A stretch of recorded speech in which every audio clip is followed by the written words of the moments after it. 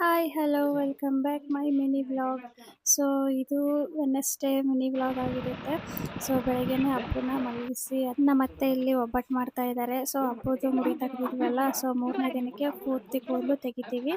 So ಅದಕ್ಕೋಸ್ಕರನೇ ಒಬ್ಬಟ್ಟು ಮಾಡ್ತಾ ಇದೀವಿ ಇವತ್ತು ಜುಟ್ಟಲ್ಲಿ ಕೂಡ. ಸೊ ಅದಾದ್ಮೇಲೆ ಅಪ್ಪನು ಅಲ್ಲೈತಾ ಮತ್ತೆ ಎದ್ಬಿಟ್ಟ. ಹೋಗುತ್ತೆ ಇವಾಗ ಜುಟ್ಟು ಹೋಗುತ್ತೆ ಜುಟ್ಟು ಹೋಗುತ್ತೆ ಹ್ಞೂ ಜುಟ್ಟು ಹೋಗುತ್ತೆ ಕೂದಲನ್ನ ಸೋದ್ರ ಮಾವನೇ ತೆಗಿಬೇಕು.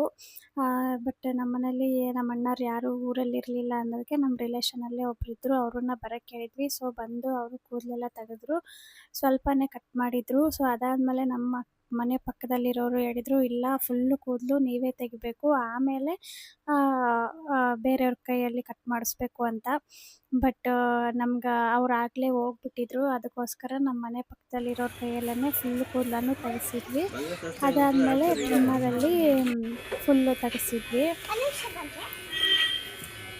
ಕೂದಲು ತೆಗಿಬೇಕಾದ್ರೆ ಎಲ್ಲಿ ಅಪ್ಪು ಅಳ್ತಾನೆ ಅಂತ ಅಂದ್ಕೊಂಡಿದ್ದೆ, ಬಟ್ ಸೈಲೆಂಟಾಗೆ ಕುತ್ಕೊಂಡಿದ್ದೆ ಫುಲ್ಲು ಮುಗಿಯೋವರೆಗೂ.